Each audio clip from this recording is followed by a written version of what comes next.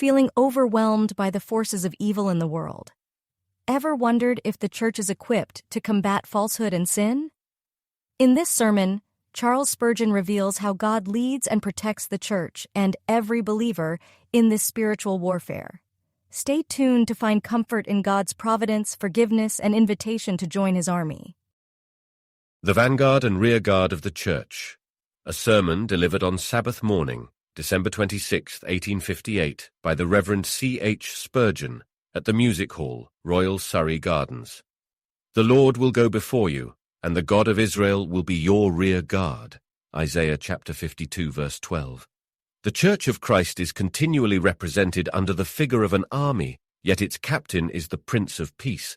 Its object is the establishment of peace, and its soldiers are men of a peaceful disposition. The spirit of war is at the extremely opposite point to the spirit of the gospel. Yet nevertheless, the church on earth has, and until the second advent must be, the church militant, the church armed, the church warring, the church conquering.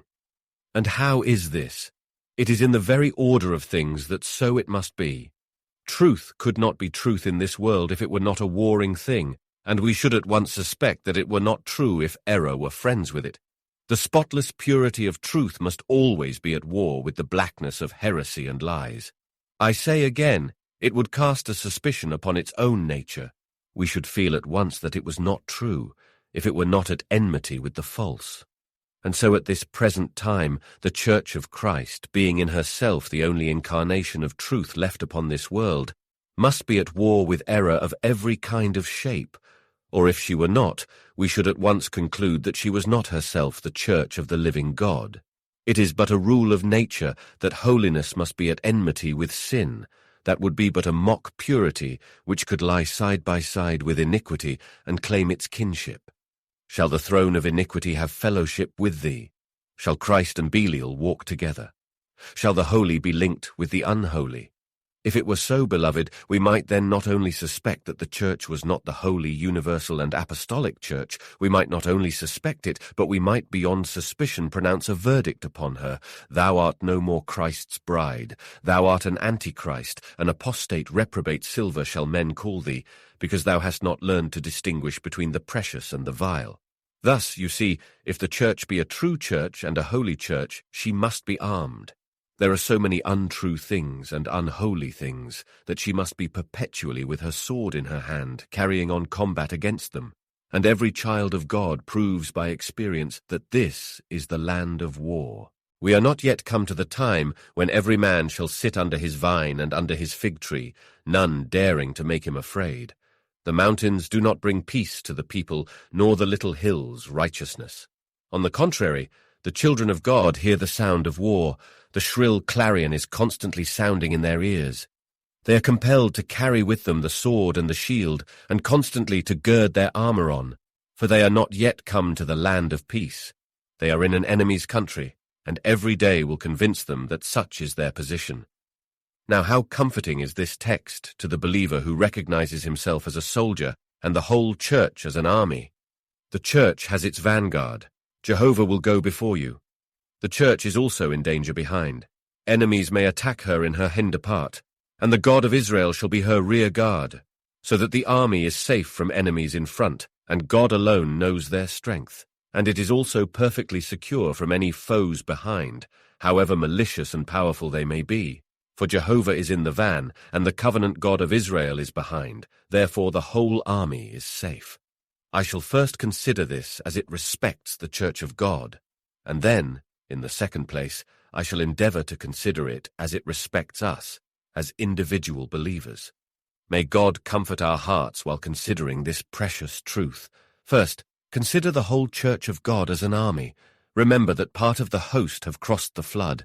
A large part of the army are standing this day upon the hills of glory, having overcome and triumphed. As for the rear, it stretches far into the future. Some portions are as yet uncreated. The last of God's elect are not perhaps yet in existence. The rear guard will be brought up in that day when the last vessel of mercy is full to the brim of grace. The last prodigal is restored to his father's house, and the last of Christ's redeemed ones redeemed by power, as they were of old redeemed by blood. Now, Cast your eyes forward to the front of the great army of God's elect, and you see this great truth coming up with great brilliance before you. Jehovah shall go before you. Is not this true? Have you never heard of the eternal counsel and of the everlasting covenant? Did that not go before the church? Yes, my brethren, it went before manhood's existence, before the creation of this world that was to be the stage whereon the church should play its part, before the formation of the universe itself, when as yet all things that we now behold were unborn, when God lived alone in solitary majesty without a fellow, when there were no creatures. If there were such an eternity filled with the Creator, and not one creature with him, even then it was, that God determined in his mind that he would form a people to himself who should show forth his praise. It was then that he settled how men should be redeemed. It was then the council of peace was held between the three divine persons, and it was determined that the Father should give the Son, that the Son should give himself, that the Holy Spirit should be the active agent to fetch out all the lost sheep and restore them to the fold. Oh, think, beloved, of that great text which says, "His goings forth were of old, even from everlasting." Do not think that the gospel is a new thing. It is older than your hoary mountains. Nay, it is older than the firstborn sons of light.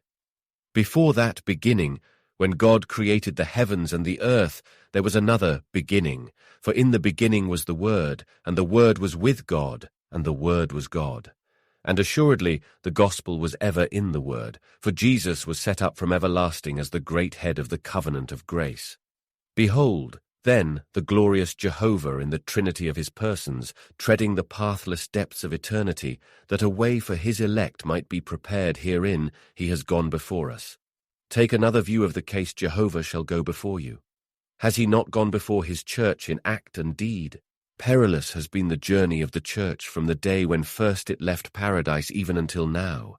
When the church left paradise, I say, for I believe that Adam and Eve were in the church of God, for I believe that both of them were redeemed souls, chosen of God and precious. I see God give the promise to them before they leave the garden, and they go out from the garden, the church of God. Since that time, what a path has the church had to tread, but how faithfully has Jehovah led the way. We see the floods gather round about her, but even then she floats safely in the ark which Jehovah had provided for her beforehand, for the Lord had gone before her. I see the church going out from Ur of the Chaldees. It is but a little church, with the patriarch Abraham at its head.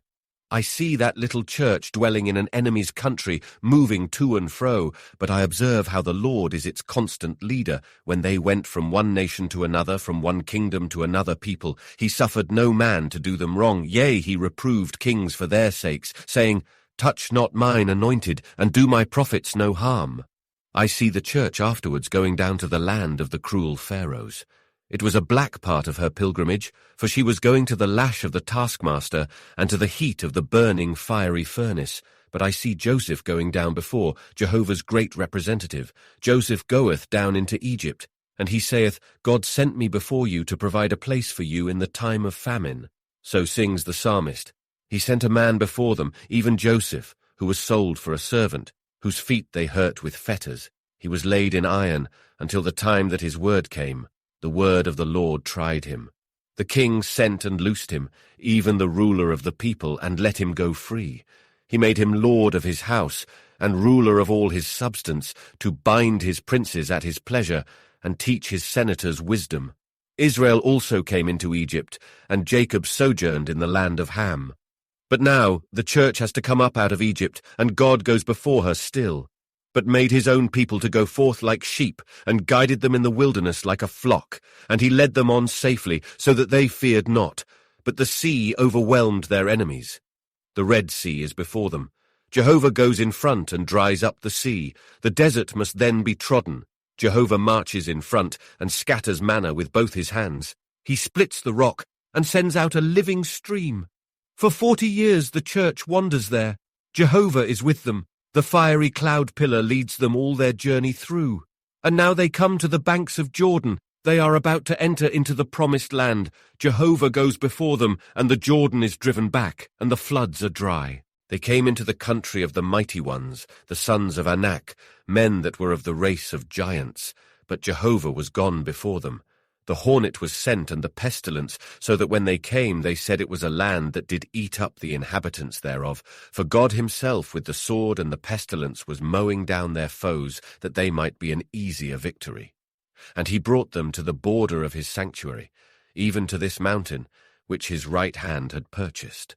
He cast out the heathen also before them, and divided them an inheritance by line, and made the tribes of Israel to dwell in their tents. But why need I go through all the pages of the history of the Church of God in the days of the old dispensation? Has it not been true from the days of John the Baptist until now? Brethren, stay with us. We'll be right back. Pause for a moment, dear listener. Have you ever pondered the timeless truths that lie within Charles Spurgeon's sermons? Charles Spurgeon, the Prince of Preachers, delivered over 3,000 sermons in his lifetime. Each one is a treasure trove of wisdom, holding messages that have the power to transform lives even today. Imagine a world where every single one of these sermons is brought to life, accessible to anyone, anywhere, at any time. A world where future generations can be enriched and inspired by Spurgeon's profound teachings. Your support can turn this vision into a reality. Don't let these timeless teachings fade into obscurity. Visit princeofpreachers.com now and give your best gift. Together, let's ensure that the transformative power of Spurgeon's sermons resonates with souls for generations to come. how can you account for the glorious triumphs of the Church if you deny the fact that God has gone before her? I see the Church emerge, as it were, from the bowels of Christ. 12 fishermen, what are these to do? Why, they are to shake the world, to uproot old systems of paganism that have become venerable, and whose antiquity seems a guarantee that men will never renounce them. These men are to blot out the name of Jupiter. They are to cast Venus from her licentious throne. They are to pull down the temple of Delphos, scatter all the oracles, and disrobe the priests. These men are to overthrow a system and an empire of error that has stood for thousands of years, a system which has brought into its help all the philosophy of learning and all the pomp of power. These 12 fishermen are to do it, and they have done it. The gods of the heathens are cast down. They only remain among us as memorials of men's folly. But who bows down to Jupiter now? Where is the worshipper of Ashtaroth? Who calls Diana a divinity? The 12 fishermen have done it. They have erased from the world the old system of superstition. It seemed old as the eternal hills, yet have they dug up its foundations and scattered them to the winds. Could they have accomplished it unless Jehovah had been in the van and led the way? No, beloved. If you read the history of the Church, you will be compelled to confess that whenever she went forward, she could discern the footsteps of Jehovah leading the way. Our missionaries in these later times tell us that, when they went to the South Seas to preach the gospel, there was an evident preparedness in the minds of the people for the reception of the truth. And I believe that at this time, if the Church were true to herself, there are nations and people and tribes that are just in the condition of the ancient Canaanites. The hornet is among them, making way for the Lord's army to win an easy conquest. But sure I am that never minister ascends the pulpit, if he be a true minister of Christ. Never missionary crosses the sea, never Sunday school teacher goes to his work, but that Jehovah goes before him to help him if he goes in earnest prayer and constant faith. If I were a poet, I think I have a subject that might suggest a grand epic poem.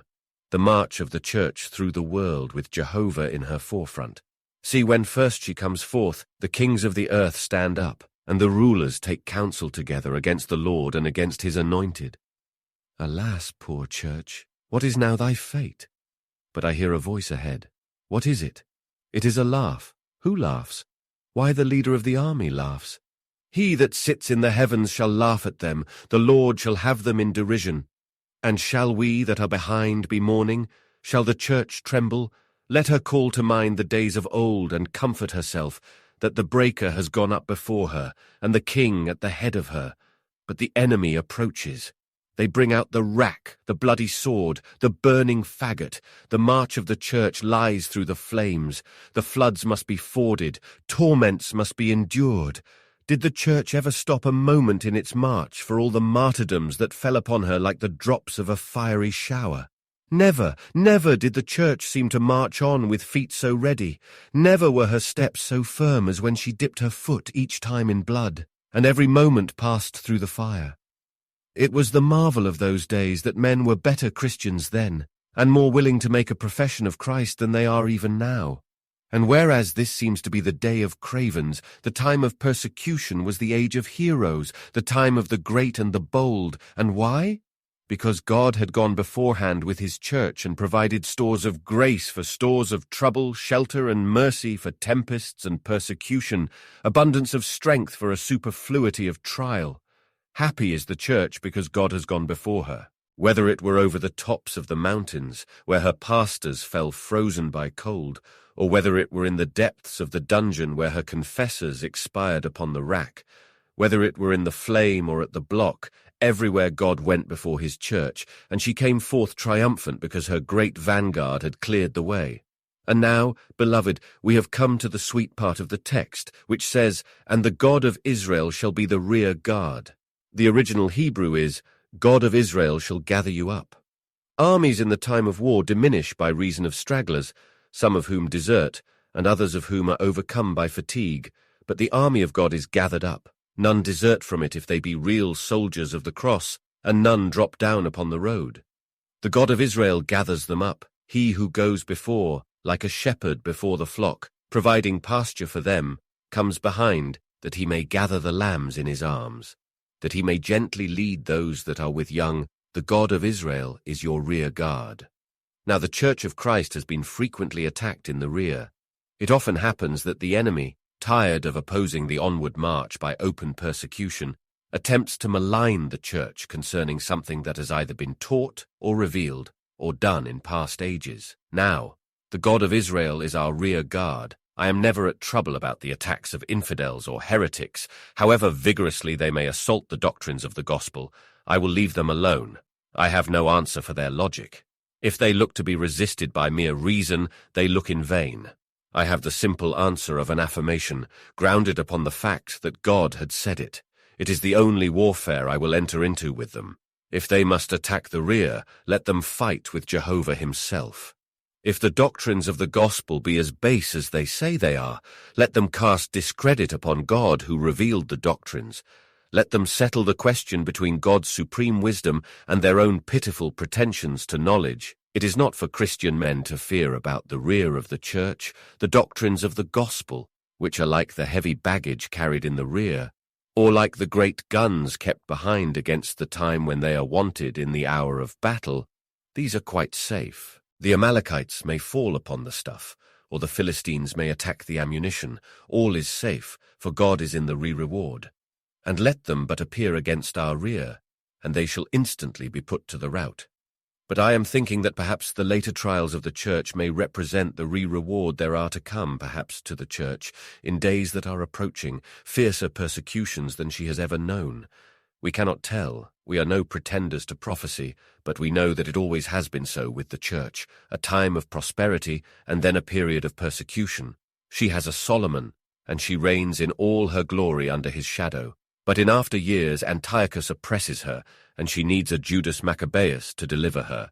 Perhaps we are living in an age too soft for the church. The Capuan holidays that ruined the soldiers of Hannibal may ruin the church now. Ease and lack of persecution may put us off our guard, perhaps. There may come yet fiercer times for us. I know not what is meant by the battle of Armageddon, but sometimes I fear we are to expect trial and trouble in years to come. But certain I am, however fierce those troubles shall be, that God, who has gone before his church in olden times, will gather up the rear, and she who has been Ecclesia Victrix, the church, the conqueror, will still be the same, and her rear shall constitute at last a part of the church triumphant, even as already glorified. Can you now conceive the last great day when Jehovah, the reward, shall gather up his people? The time is come, the last of the salt is about to be removed. The church of God is now about to be carried up to dwell with her husband. Do you see the church moving upwards towards heaven? Behind her she leaves a world in flames. She sees the earth destroyed. God removes it as a shepherd's tent. The inhabitants thereof are gone, and the tent must be folded up. As a vesture shall they be folded up, and they shall be changed. But between the church and a blazing world, between the church and the terrible destruction of hell, there is the bright pillar of God's presence, black to his enemies behind, but bright to his church in front.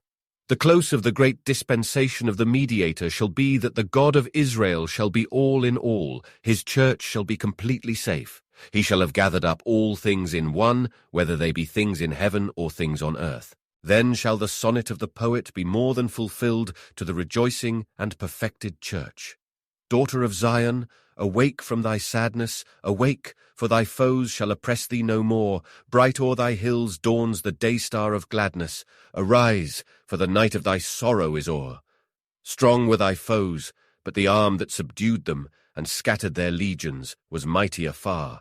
They fled like the chaff from the scourge that pursued them. Vain were their steeds and their chariots of war. Daughter of Zion, the power that hath saved thee extolled with the harp and the timbrel should be. Shout, for the foe is destroyed that enslaved thee. The oppressor is vanquished, and Zion is free. Let us turn to the second part of the sermon. We are now come to the last Sabbath of the year. Two troubles present themselves, the future and the past. We shall soon launch into another year, and hitherto we have found our years of trouble. We have had mercies, but still we find this house of our pilgrimage is not an abiding city, not a mansion of peace and comfort. Perhaps we are trembling to go forward. Foreseeing trouble, we know not how we shall be able to endure to the end. We are standing here and pausing for a while, sitting down upon the stone of our Ebenezer to rest ourselves, gazing dubiously into the future, saying, Alas, what shall I do? Surely I shall one day fall by the hand of the enemy. Brother, arise, arise, anoint your head, and wash your face, and fast no longer. Let this sweet morsel now cheer you. Put this bottle to your lips, and let your eyes be enlightened. The Lord Jehovah will go before you. He has gone before you already. Your future path has all been marked out in the great decrees of his predestination. You shall not tread a step which is not mapped out in the great chart of God's decree. Your troubles have been already weighed for you in the scales of his love. Your labor is already set aside for you to accomplish by the hand of his wisdom. Depend upon it. Your times of trial and of grief, your times of joy and sweet relief, all shall come and last and end as shall please your heavenly friend. Remember, you are not a child of chance. If you were, you might indeed fear. You will go now here next year, except where God shall send you. You shall be thrust into the hot coals of the fire, but God shall put you there. You shall perhaps be much depressed in spirit, but that heaviness shall be for your good, and shall come from your Father. You shall have the rod, but it shall not be the rod of the wicked. It shall be in God's hand. Oh, how comfortable the thought that everything is in the hand of God, and that all that may occur to me during the future years of my life is foreordained and overruled by the great Jehovah, who is my Father and my friend. Now stop, Christian, a moment, and realize the idea that God has gone before, mapping the way, and then let me ask you, if you could now this morning be allowed to draw a fresh map, would you do it?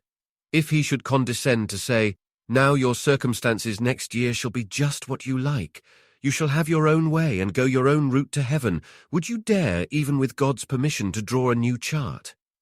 If you should have that presumption, I know the result.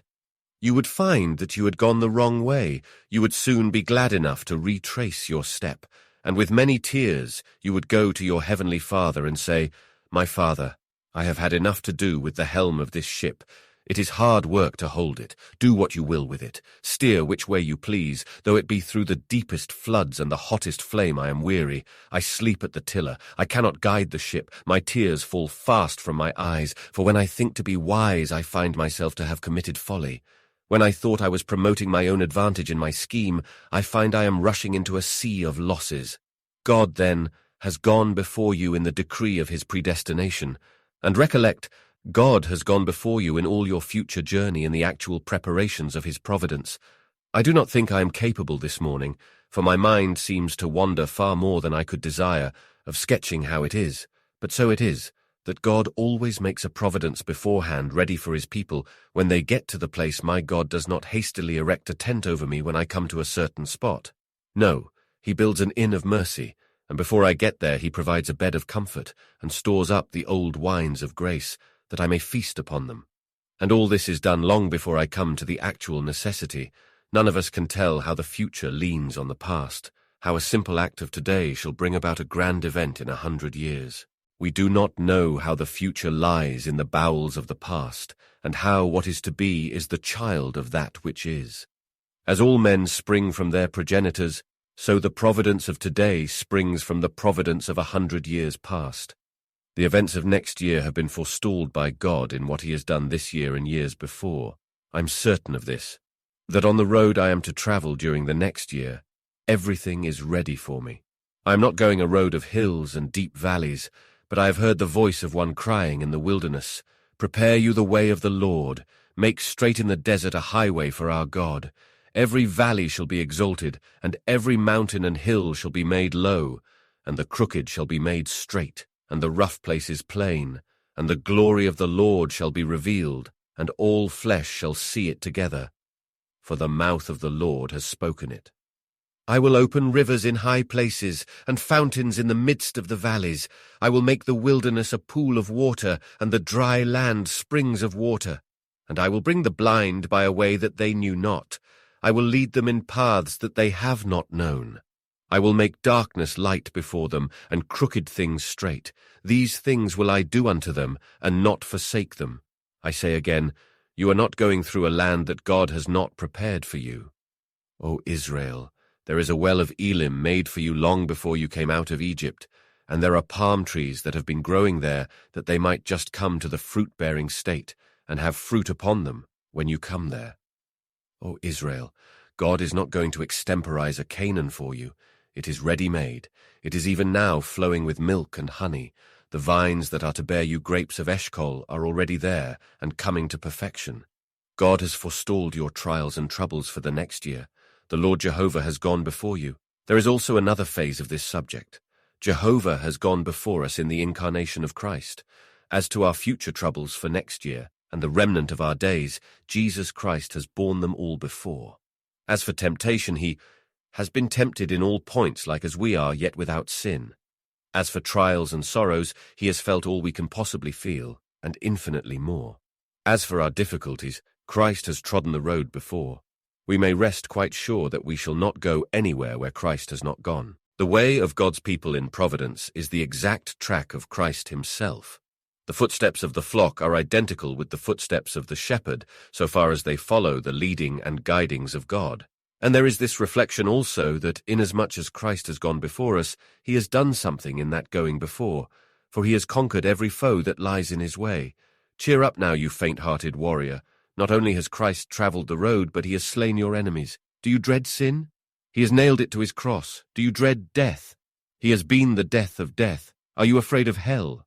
He has barred it against the advent of any of his children. They shall never see the gulf of perdition. Whatever foes may be before the Christian, they are all overcome. There are lions, but their teeth are broken. There are serpents, but their fangs are extracted. There are rivers, but they are bridged or fordable.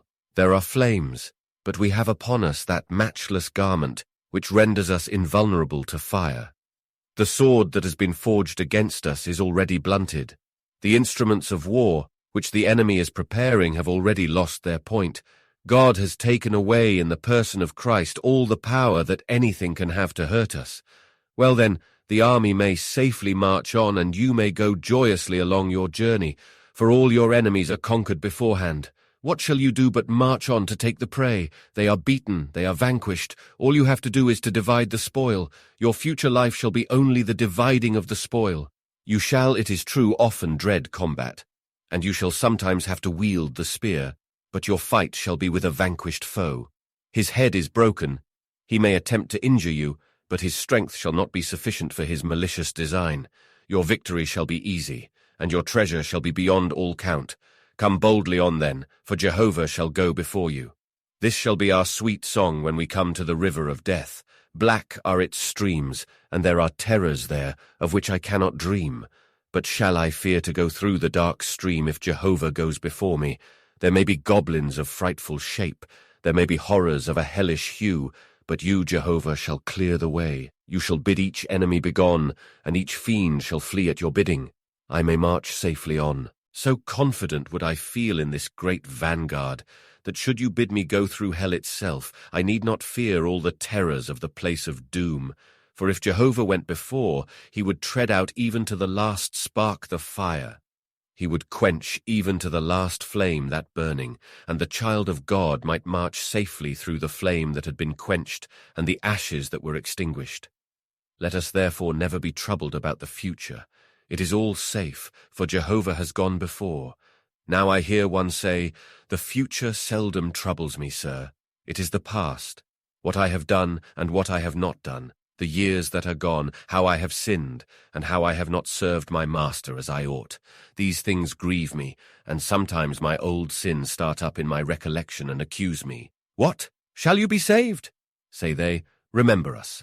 And they spring up in number like the sands of the sea. I cannot deny that I have committed all these sins, nor can I say that they are not the most guilty of iniquities. Oh, it is the rearward that is most unsafe. I dread most the sins of the past. O beloved, the God of Israel shall be your rearward. Notice the different titles. The first is the Lord, or properly Jehovah. Jehovah will go before you. That is the I Am, full of omniscience and omnipotence. The second title is God of Israel. That is to say, the God of the covenant. We want the God of the covenant behind, because it is not in the capacity of the I Am, the omnipotent, that we require him to pardon sin, to accept our persons, to blot out the past, and to remove iniquity by the blood of Christ. It is as the God of the covenant that he does that. He goes behind. Here he finds that his child has left a black mark, and he takes that away. He finds here a heap of rubbish, a mass of broken good works, and here another load of evil, of filth, and he carefully removes all, so that in that track of his children there is not a spot or a blemish. And though they have trodden the road, the most observant of their foes at the last great day shall not be able to find that they have done any mischief on the journey, or one wrong thing in all their march. For the God of Israel has so swept the way that he has taken away their iniquities and cast their sins behind his back. Now let me always think that I have God behind me as well as before me. Let not the memories of the past, though they cause me grief, cause me despair. Let me never bemoan because of past trial or past bereavement. Let me never be cast down on account of past sin, but let me look to Christ for the pardon of the past, and to God for the sanctification of my past troubles. Let me believe that he who has cleared the way before me has removed all enemies from behind me, that I am and must be perpetually safe. And now, are there any here today whose hearts God has touched, who desire to join this great army? Have I one here who has been enlisted in the black army of the devil and has long been fighting his way against God and against right? I pray that he may be compelled this day to ground his arms and surrender at discretion to God. Sinner, if the Lord inclines your heart this day to yield up yourself to him, the past shall all be blotted out. God shall be your reward. As for your innumerable sins, leave them to Christ. He will make short work of them. By his blood he will slay them all. They shall not be mentioned against you forever. And as for the future, you chief of sinners, if now you enlist into the army of Christ by faith, you shall find the future shall be strewn with the gold of God's grace and the silver of his temporal mercies. You shall have enough and to spare from this day forth even to the end, and at the last you shall be gathered in by the great arms of God that constitute the rear guard of his heavenly army. Come, you chief of sinners, come away to Christ. He now invites you to come to him. He asks nothing of you as a preparation. Christ's regiment is made up of men that are in debt and are discontented. The ragtag of the world Christ will take, the scum, the dross, the offal of the universe Christ loves. The sweepings of our dens of iniquity, the very leavings of the devil's mill Christ is willing to receive, the chief of sinners, those who have been ministers in guilt, abortions of iniquity. Come to him, lay hold of him by faith, look to him as he hangs upon the tree, believe in his merits, and then shall this promise be yours with innumerable others that are rich beyond all estimation, and you shall rejoice that Jehovah is gone before you, and that the God of Israel shall be your reward. Thank you for tuning in to today's episode of Spurgeon's Sermons. We trust that the teaching you've just heard has been a source of encouragement and spiritual nourishment. Every single sermon from the Prince of Preachers, Charles Spurgeon, holds timeless truths that can transform lives even today. Imagine the impact of bringing more than 3,000 of Spurgeon's sermons to life through this daily podcast. Your generous support can make this vision a reality. By giving your best gift today at princeofpreachers.com, you play a pivotal role in sharing these profound teachings with countless souls around the world. Remember, it's not just a donation. It's an investment in spiritual growth, in changed lives, and in the spread of the gospel. So please take a moment to visit princeofpreachers.com and contribute towards this transformative mission. Your support truly makes a difference.